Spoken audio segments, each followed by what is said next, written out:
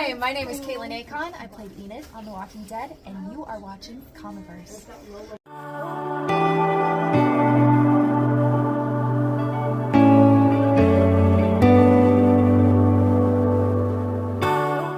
Hello everyone, and welcome to Tony's Comic Spotlight.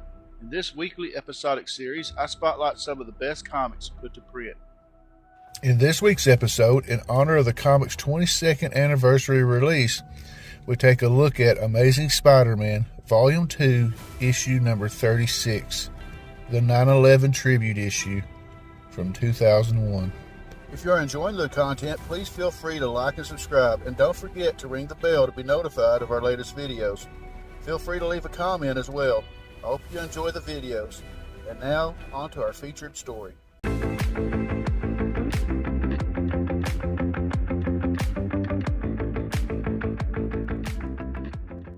The Amazing Spider-Man in Stand Tall.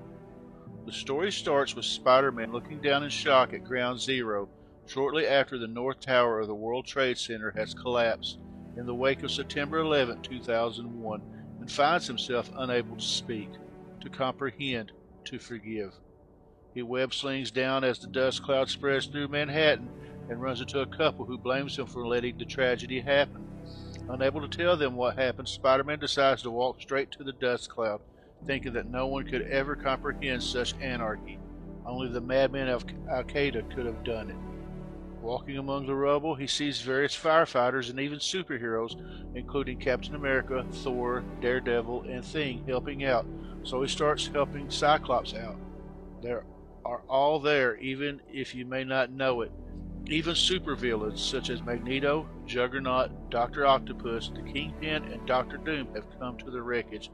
These people, once enemies, are now seen as friends because they realize that this is simply inhumane, because they realize that this is not right. These five don't appear to do any actual work save for Magneto, who is lifting a few steel beams, but they are clearly sad, with Doom even shedding tears. Spider-Man then reflects the heroes of 9/11 who were not superheroes but just ordinary people. The firefighters racing without hesitation into the carnage that only a few would survive. The civilians who either got people away from the buildings, brought people into other buildings to protect them from the dust cloud, or worked together to take down Flight 93. He thinks of the murderers and those who say America deserves it, those that fell to their deaths on televisions. Spider-Man then comes upon a young kid who is sitting quietly outside the rubble. He tells him that he needs to leave and not see the terror that has arisen, but the kid says that his father had gone in there to get something and had told him to wait outside until he came back. He had been waiting patiently since, in the hopes that he survived, but as they talked, the father, revealed to be one of the firefighters, is taken out of the wreckage dead. As the kid goes to mourn, Spider-Man feels that he is among the least deserving. Deaths of innocence results in the death of innocence. Rage is now able to block out the sun. Spider-Man goes to get some water. A wounded yet conscious woman is taken away on a stretcher. Out of shock, she clutches Spider-Man's hand and asks him repeatedly why did this happen, but he truly can't speak this time. He then stands together with Captain America and realizes that only Captain America knows what it's like to feel such pain. Pearl Harbor, the Holocaust, D-Day. Spider-Man can't comprehend going through all this all over again. Together, Captain America and Spider-Man look at the lucky civilians. Spider-Man wonders what to tell their children about evil now, how to tell them that a thought behind any face, one that will always give them nightmares. Maybe they should tell them sorry for not making this world perfect, that we need to listen to good instead of speak it, that the burdens of one are the burdens of everyone. Or maybe we should just tell them we love them, in a world where they love materials more than people. It may seem insubstantial, but it is always needed to just move on. Scarlet Witch, Hawkeye, and Vision help Daredevil and Thor and Spider-Man then change tone. As Wolverine and Storm stand among the civilians, Spider-Man realizes the truth. We are now going to fight a war. We could not see these deaths coming. They will not see their deaths coming. And the heroes will be there with every attack on the terrorists, with every Afghanistan human we save. We cannot lose faith, or the war on terror has already been lost. Always remember, as Mr. Fantastic starts helping out also, Spider-Man says that we can create our own destinies. The future is ours to decide, not in the past of the last 6,000 years. But those people of the past have given us a message. Whatever we have done, whatever we have faced, the human race has always been a force for good. No plane, no maniac can keep us from stopping to shed tears. We have endured worse. Terrorists tried to weaken us as a sacrifice to a god, but instead we are stronger, able to not let this terror happen again on so many occasions. We have gone alone, or we have been alone in grief, but now we are one in grief, one in determination, one in recovery, one in reconstruction, and that just makes us more powerful than ever before. Always remember September 11th, 2001. The end. So I couldn't really find any trivia pertaining to this issue of Spider-Man, so I'm just going to read this excerpt from Sci-Fi Wire, an article they published on September 9th, 2019. It reads as follows. Nearly 2 decades ago, the 9/11 terrorist attacks left the nation reeling. New York City was particularly hard hit with the deaths of almost 3,000 innocent civilians and senseless destruction. Because Marvel Comics and its heroes had become synonymous with New York, the publisher felt it had to respond to the tragedy, and it had to be Spider-Man who addressed it.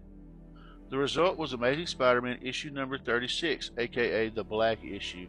J. Michael Straczynski was tasked with writing the story, but he initially balked at the idea.